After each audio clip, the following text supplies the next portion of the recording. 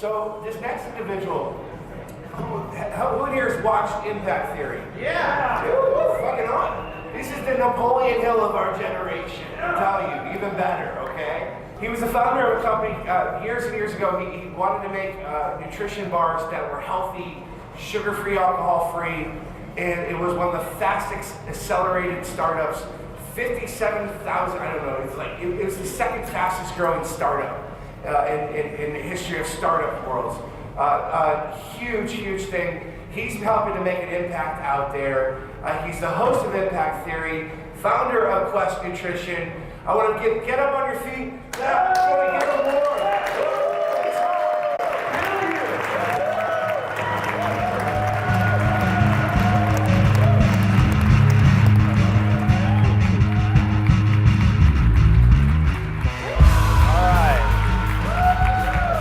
Thank you guys, thank you. Okay, we're super limited on time, so I want to dive into this. We have 60 minutes to change your industry and hopefully change your guys' life. I have no financial incentive. I don't have anything to pitch. So literally, I'm going to be ruthlessly cold about the state of your industry and what I think you need to do if you want to make change. So I've been invited because I'm being called, by Tristan anyway, I'm being called a disruptor. And the way that we built Quest Nutrition, the way that we turned it into the second fastest growing company in America, we grew by 57,000% in 3 years alone in manufacturing, so hundreds of thousands of square feet, millions of dollars of equipment, all starting from a capital start of $10,000. So we ended up turning it into $1 billion company, and the way that we did it as three guys with no outside funding was by looking at the problem in a completely different way. Humans lead with belief. That may be the single most important thing to understand. Humans lead with belief, meaning you don't do something and then believe you can do it. You won't even take the first step if you don't believe that your actions will be rewarded with results. That's why so many people are paralyzed, because they think that they're not worthy, they know they're uneducated, they know that they're not the person that they need to be in order to accomplish. And the reality is you're probably not. The fact is your skill set has already taken you as far as it's going to take you. So if you are unsatisfied with where you are today, I have some horrifying news for you. I'll chase it with some good news. But first, let's start with the bad. The bad news is your life is an exact reflection of the choices you've made. That's it. It's not circumstance. It comes down to skill set and choices.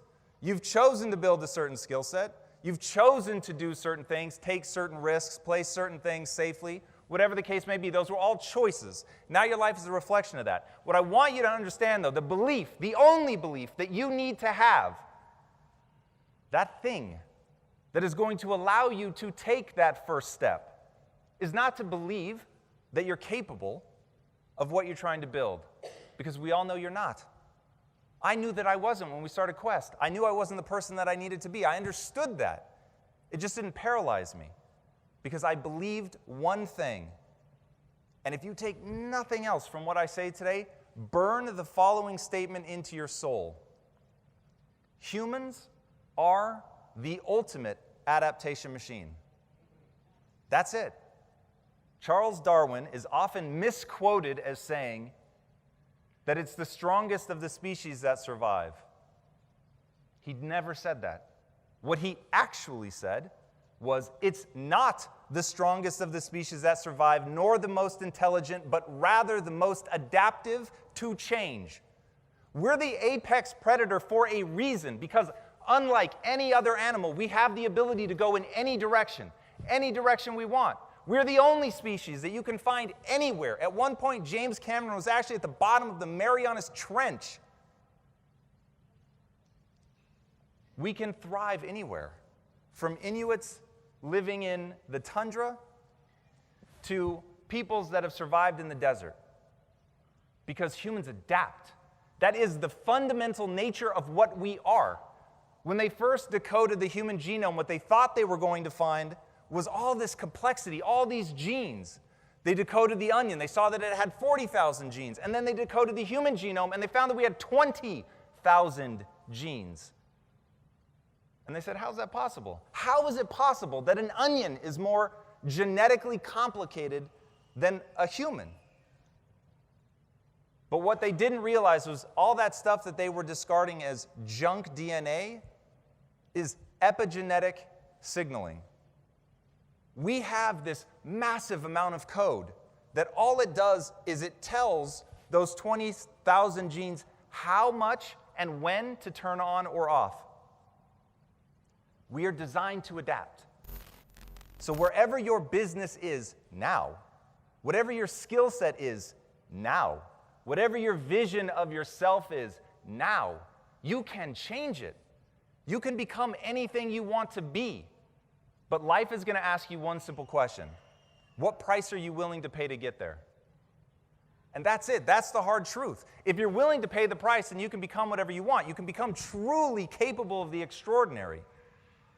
But you've got to go through the process of building that skill set. You've got to be willing to stare nakedly at your inadequacies, to understand that you aren't yet the person that you want to be or need to be to execute against your goals, but that you can become that person and then start walking down that path. And day by day, brick by brick, build the skill set that you want.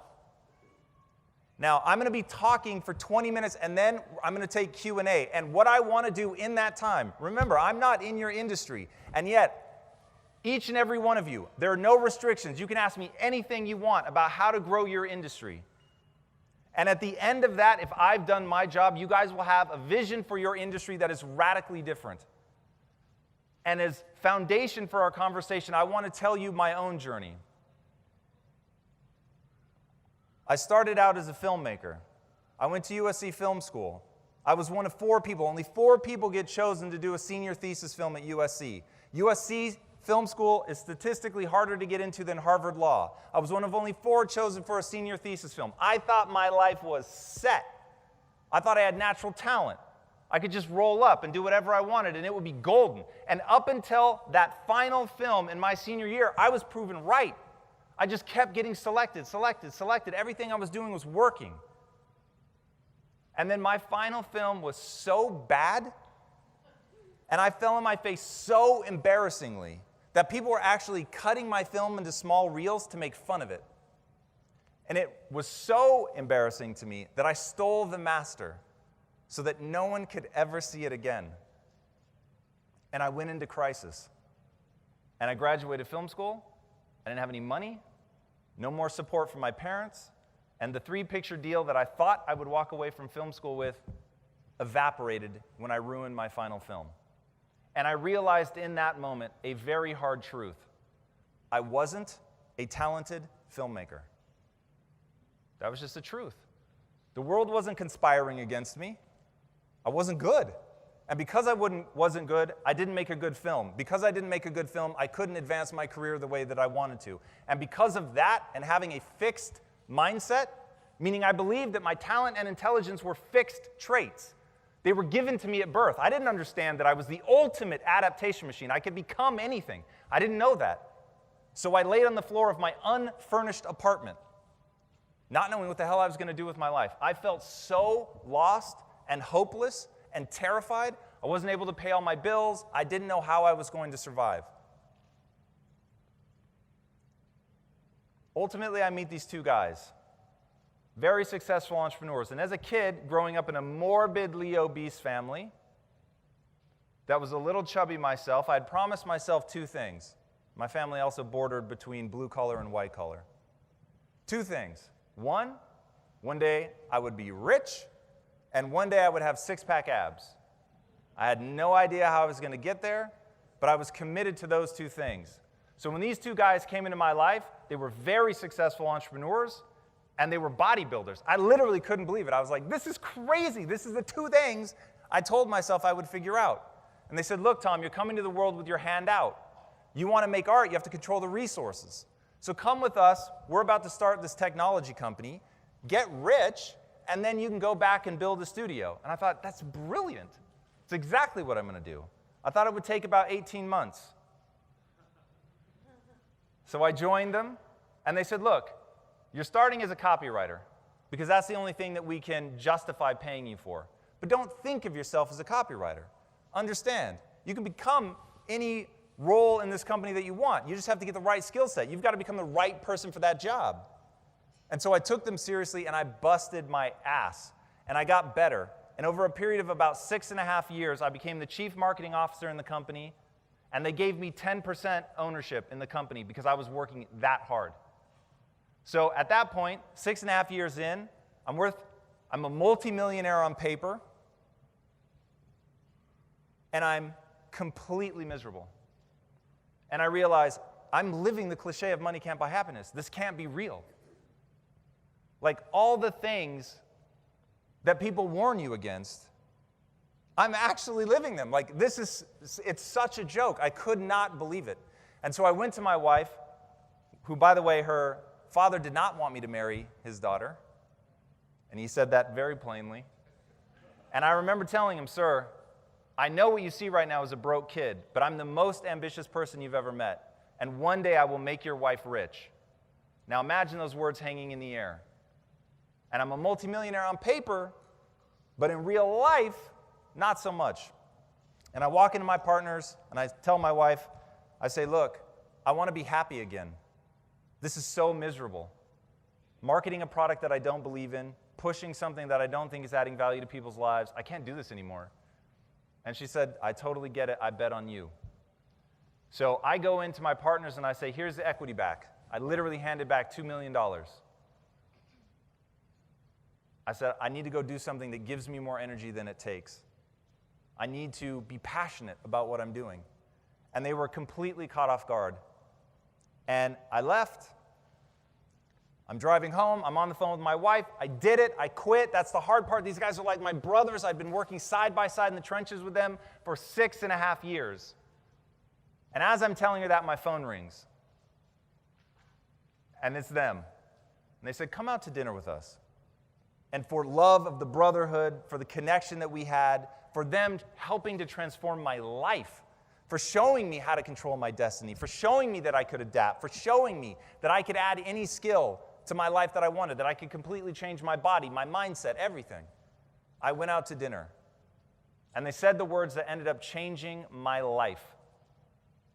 They said, we could do this without you, but we don't want to. And all of a sudden, that let me connect to something other than the money. It wasn't about getting rich anymore. It was about a brotherhood. It was about camaraderie. It was about building something. But I'd already done the hard part. I'd quit. So I said, I'm never coming back to that environment.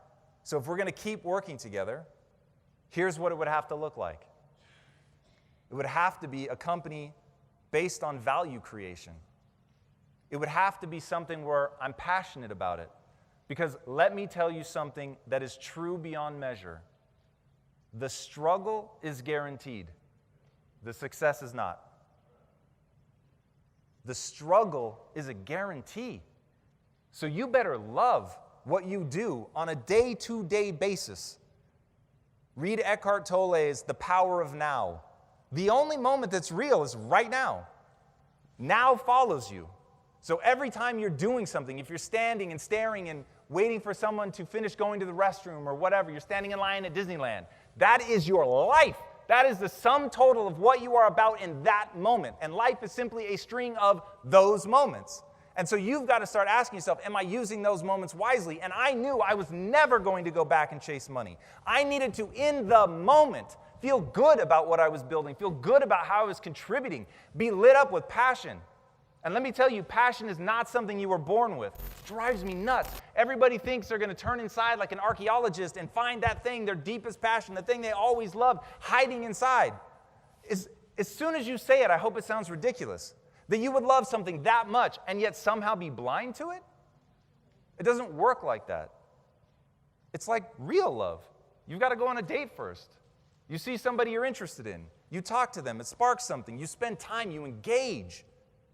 And through that process of engaging with it, maybe, if you're lucky, it turns into a fascination. But if you really want a passion, you've got to go through the process of gaining mastery.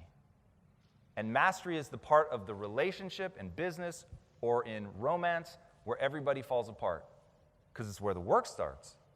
It's where you have to do things long after it stopped being fun.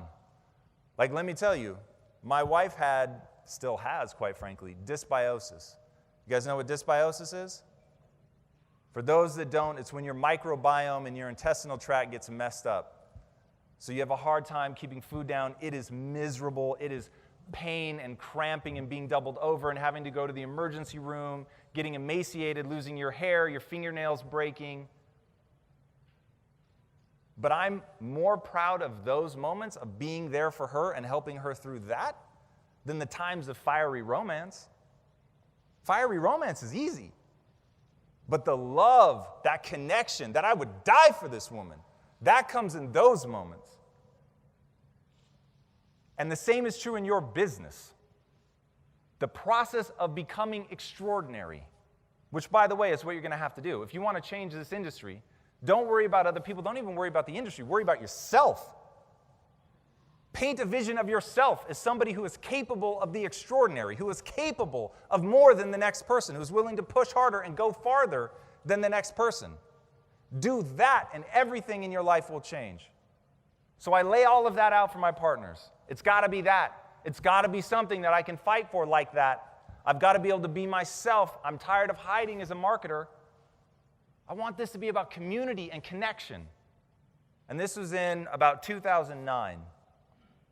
Social media didn't have a name. Everybody thought it was just a distraction. And I said, I actually think that this is an opportunity to build a community, that social media is really just a megaphone. And you can give people a reason to build you up or tear you down, but the choice is yours. If you're adding value, if that's what this is all about, if you're demonstrating passion, if you're showing people how hard you will go just to help, then you can build a group of people around you that want you to win. And when people want you to win, you've got something. And that's the thing about your industry. I have gone to a chiropractor regularly for 15 years. Because when you lift weights, you get knocked out of place all the time. Now, the first time I went, it sounded like voodoo. I didn't understand it. And by the way, that's one of the biggest problems in this industry. You are fighting a world at large that equates you to voodoo. And when I started researching, because I wanted to be able to come here armed, when you look on the first page of YouTube for results, at least half of them are news programs asking whether or not this is real medicine or witchcraft, voodoo, a scam, whatever. So that's what you're up against. But what we realized at Quest was only results matter. People could say whatever they wanted about us. They could say whatever they wanted about the company. Our product was metabolically real. And that was our stance. We're either going to do this right or we're not going to do it at all. We used to repeat that over and over and over.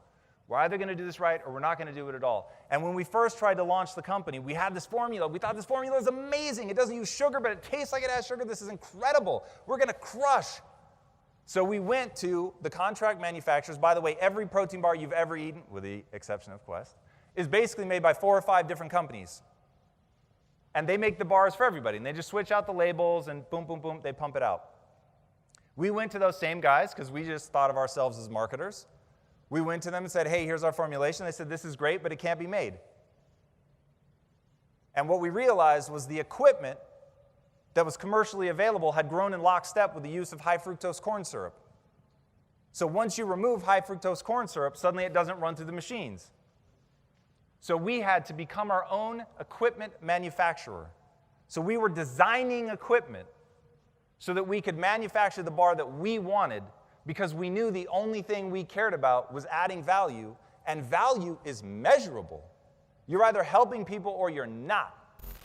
And that became our gold standard. And that was how we grew. Our marketing wasn't about saying how cool we were. It was all about building a community, celebrating people, encouraging them, doing what we called mirror marketing. We wanted to show them.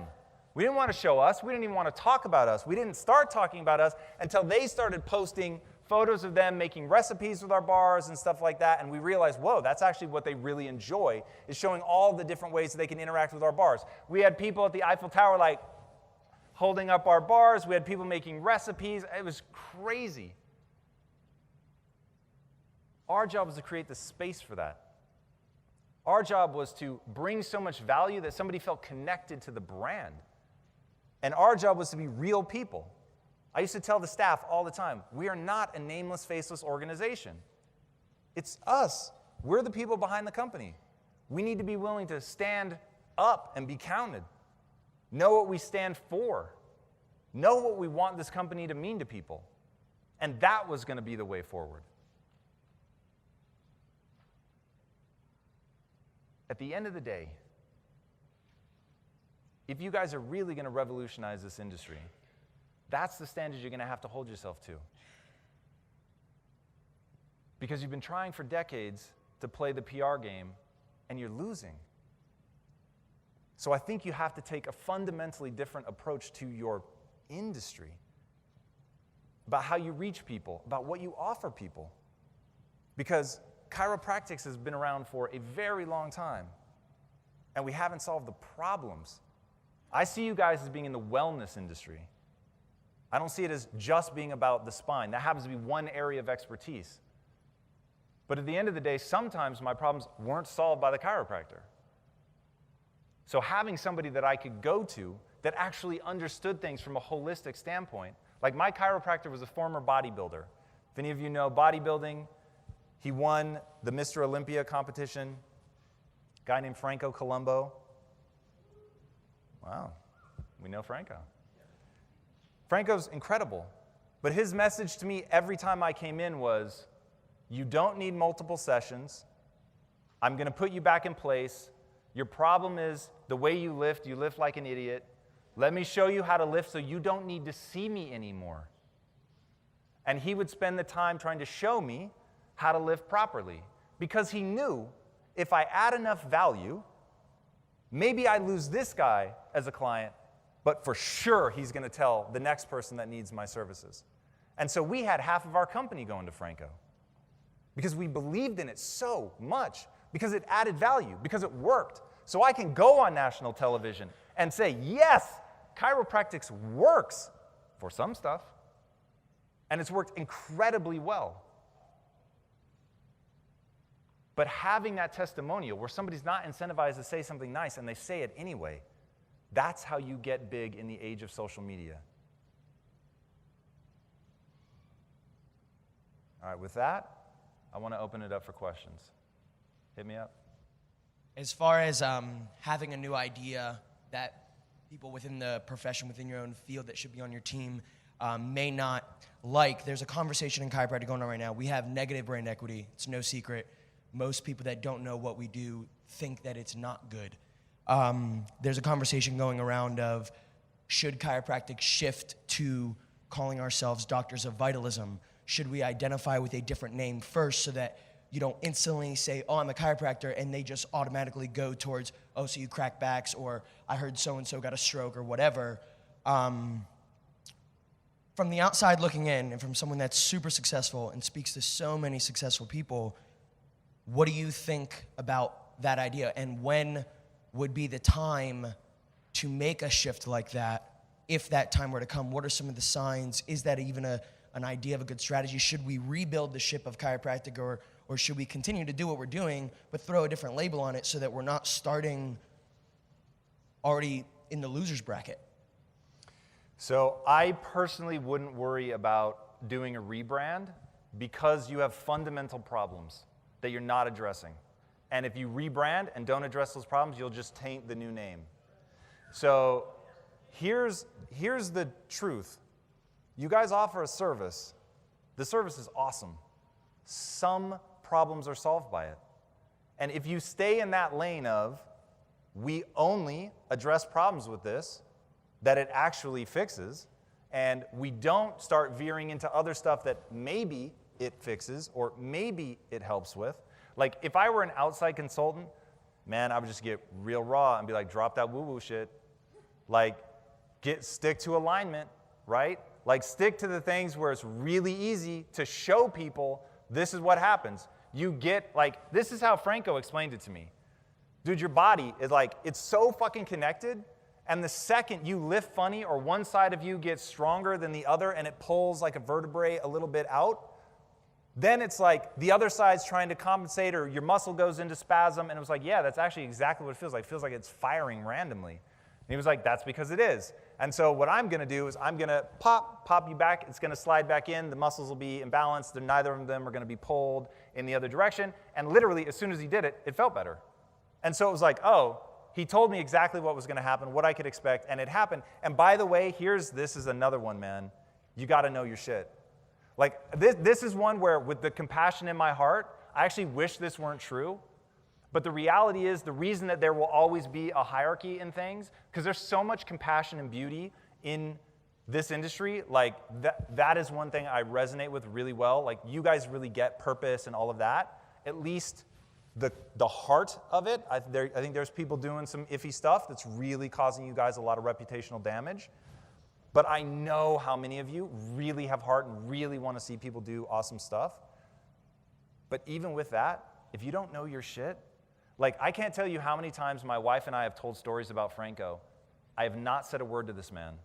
I walk in the door, and he was like, oh, you messed up your scapula doing deadlifts or whatever, right? And I'm like, how the hell do you know that? I literally just walked in the door. And he's like, oh, the way that you're holding your shoulder, blah. And then he would pop it, and I was like, whoa. So he could see stuff. My wife, the same thing. Oh, you've come in for, like, your back, but it's actually your psoas or whatever, right? And he would just nail it, because he knew it that well. Now, Franco's a guy who used to pose as an anatomy chart in his chiropractic college. And he said, and if you've ever seen Franco in his prime, you would know why. He literally looked like an anatomy chart. It's crazy. And he said because of that, for hours, class after class after class, of just standing there and being a model and showing them muscle separation and where everything is, he was like, I got to hear the classes over and over and over and over and over. So his level of education was just insane. Also, he spent decades lifting heavy weights. You have to understand the muscles. You've got to be able to imagine them, think about them as you fire them so that they'll actually grow under the stressor.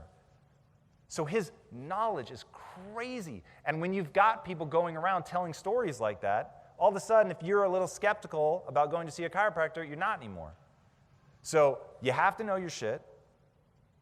Don't do anything even slightly like, oh, but this will make me more money, right? That's where it gets dicey. But I get it. I meet you with compassion. I promise that you're like, I got to keep the lights on. So if I'm going to help people, I've got to generate enough revenue to actually help them. So how do I do that? That's where I think you have to expand your vision, because it needs to be in line with what you do. Once it's not in line with what you do, then people smell a rat when you go for the pitch. They're like, oh man, this isn't real. Like, this is a true story. Really think about this for a second. Remember, I was chasing money. I wanted to be rich, rich, rich, rich. I finally get rich and I realize, oh my God, this is leaving me so unhappy. I want to do something that helps people. I want to add value. I want to be passionate. So we said, when we started Quest Nutrition, we made protein bars. We got everybody together on the support staff and we said, if anybody ever calls in and says, how do I lose weight? The answer is, and I quote, boiled chicken breast and steamed broccoli.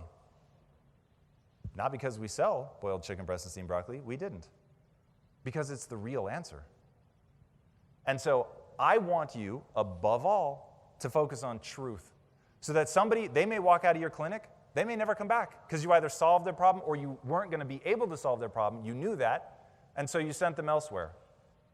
But that person becomes a referral. If you're taking notes, write this down. Never, never go for the sale. Always go for the referral. Never go for the sale. Always go for the referral. When that person believes in you, they trust you, you had a moment to monetize them to get the quick dollar and you didn't, that person now wants to give you money. It's literally incredible. And I can't, I'll give you guys an example. So I create content now. I create a lot of content. I put about 5 to 7 hours, depending on the week, of content out every week. And I don't monetize it. I don't charge anything for it. And I know people are waiting for the other shoe to drop. And at the end of this, you're waiting for me to hit you up with something, anything to buy for me. There's nothing. I want to add value. Now, my full disclosure is one day I may have an ask, because my new thing is creating movies. And so maybe one day I just want you to tell people that the movie exists. I don't even need you to go see it, but if I've ever added value to your life, just tell somebody it exists so that I can find my audience. I'm not joking. I have had people show up at the gate to my house saying, I just want to work for you for free because I dig what you're doing. 3 or 4 people have come up to me in the back already just since I was here and saying, thank you for what you do. That's it. Thank you for what you do. Imagine that. But that's the world we live in. That's the opportunity that you have, is to just play the long game. And I don't believe in patience. In fact, I have a shirt that says F patience. I am not a patient man. I am the least patient person you are ever going to meet. I am actively anti-patience because you will accomplish nothing in your life if you're patient. Nothing. And anybody that tells you to be patient, I want you to be immediately skeptical.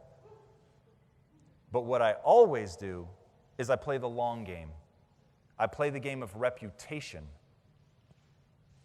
That's what you guys have to do. You're in a battle for your reputation. And I would say the thing that you guys need to do is turn inward and not tolerate it. You just can't tolerate it. If you've got people in the industry, like you guys are going to have to decide what you really believe is core to being a chiropractor, what your actual value proposition is, and anything outside that, we got to nip in the bud. Because that's what's damaging your reputation.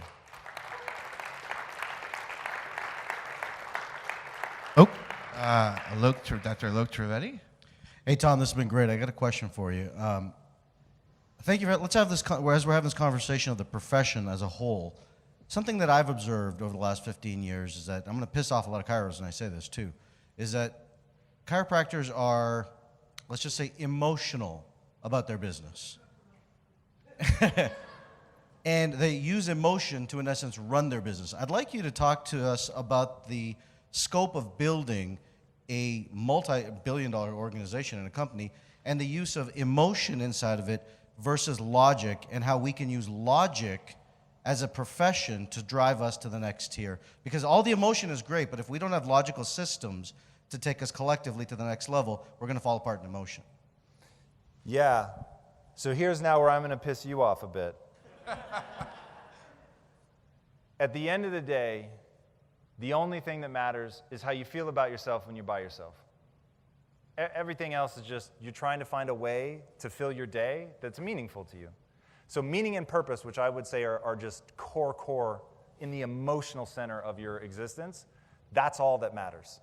Now the question becomes, how do we use logic? How do we use systems to scale our meaning and purpose?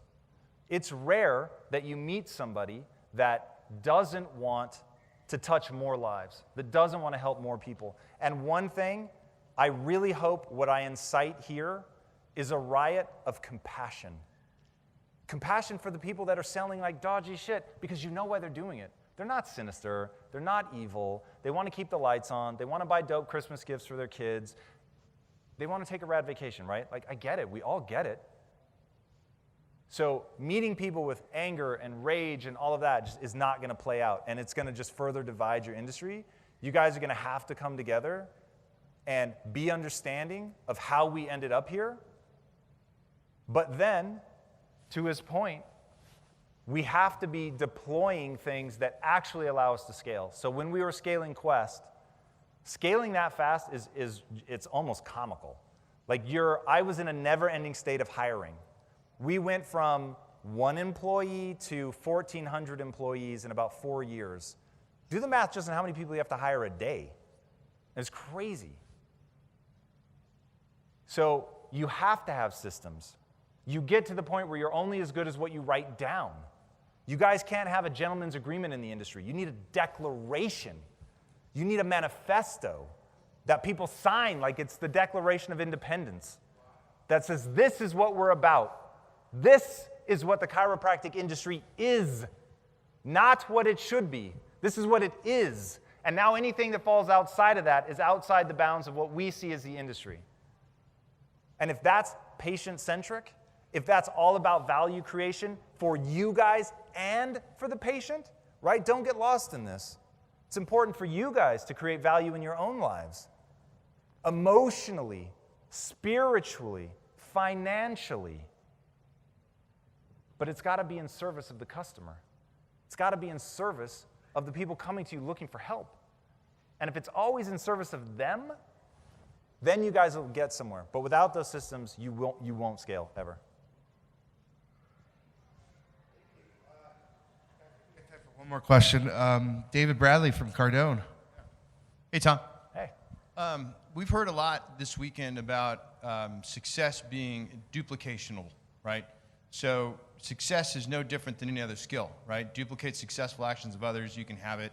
Can you tell us about your morning routine? Like what does a day in the life of you look like? Yeah, absolutely. So that's a really powerful point.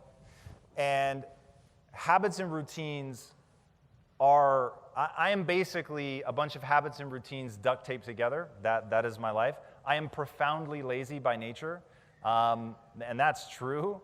My own mother, when I left for college, my mom basically kicked me out of the nest. She forced me to do it. I didn't want to leave, and I was just having a panic moment. Confidence was nothing, and she said, "You gotta go do it. Gotta chase your dreams." And then so I did, and I left. And then she has spent every day since then trying to get me back.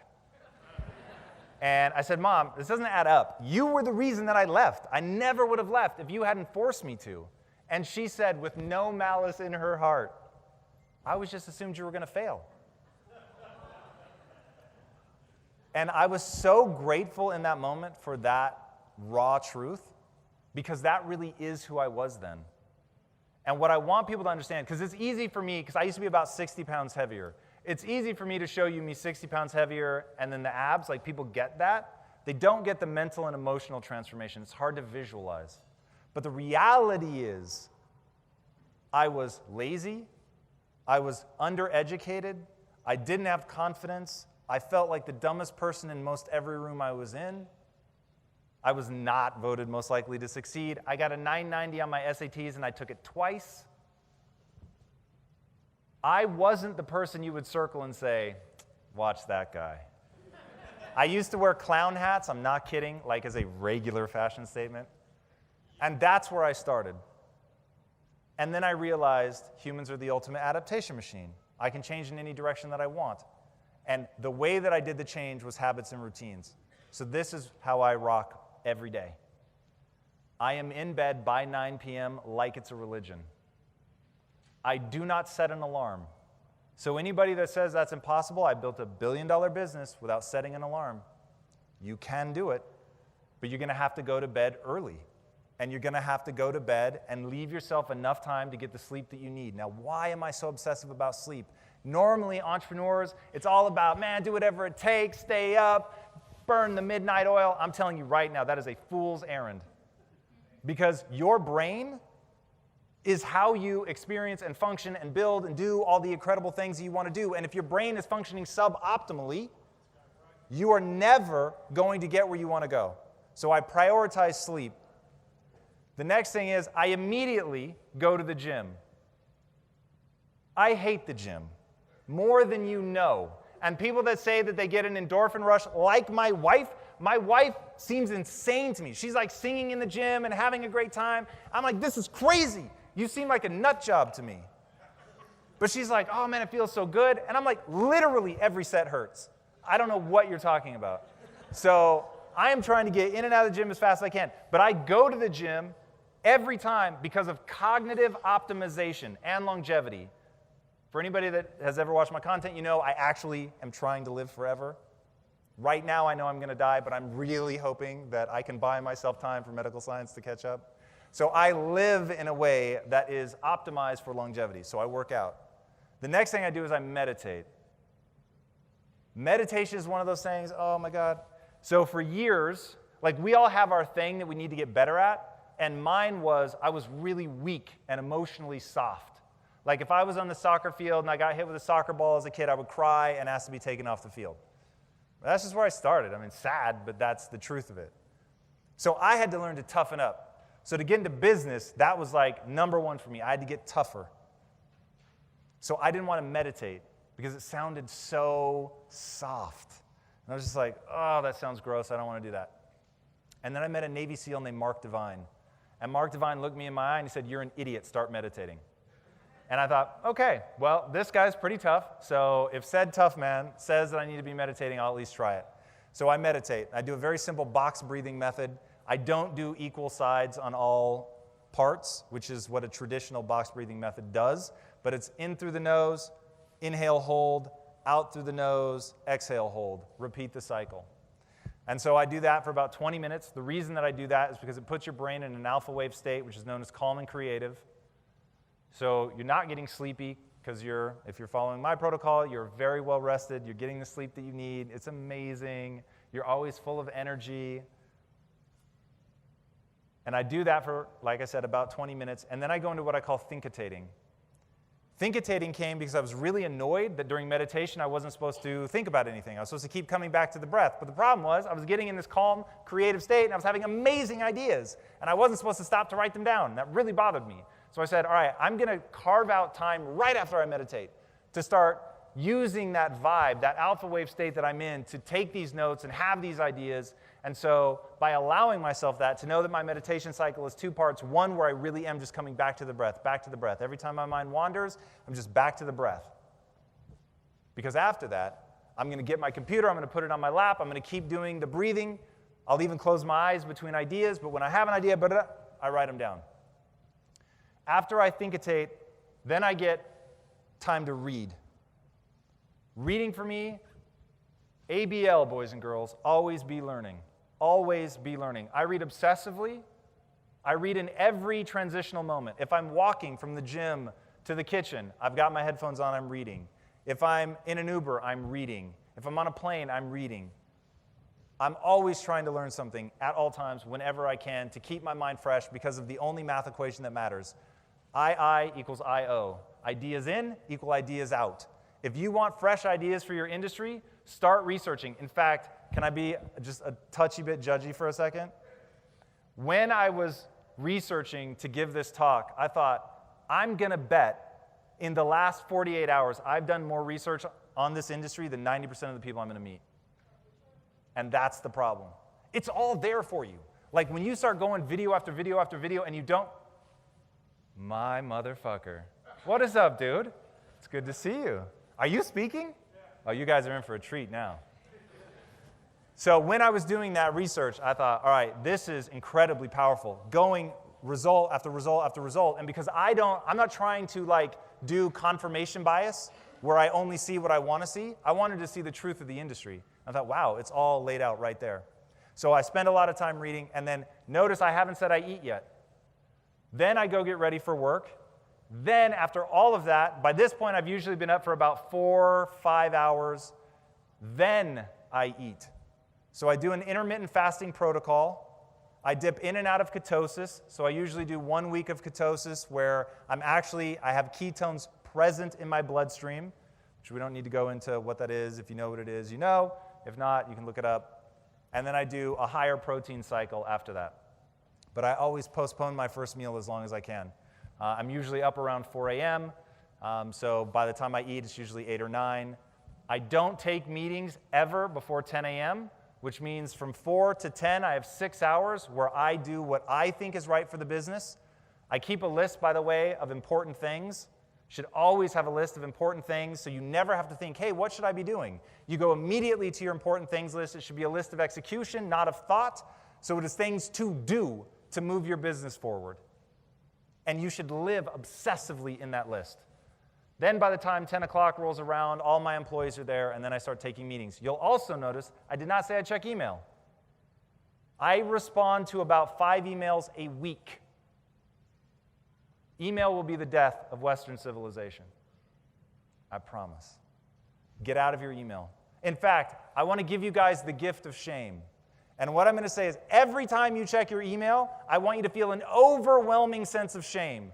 Because in those moments, what you're saying is someone else knows better how I should spend my time than me. That's what checking your email is. It's totally reactive. Now I get it, you're not going to get it down to 0, but man, it should be close. You need to spend the time being the governor of your own life, of planning out what you should be doing, of understanding things well enough to map your life out, and then execute against that map. I think we have time for one more.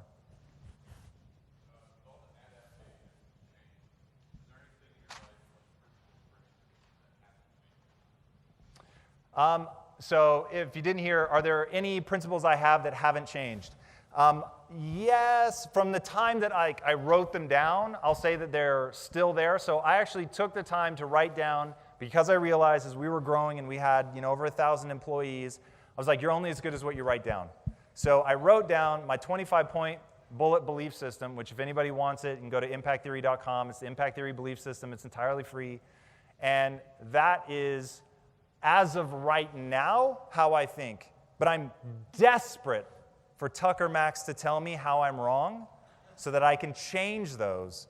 Because when you have people in your life that push you, or you read a book and it opens your eyes, like a book in a box, then you can really be transformed, truly. So I'm always hungry to see my thinking evolve, to see it be pushed.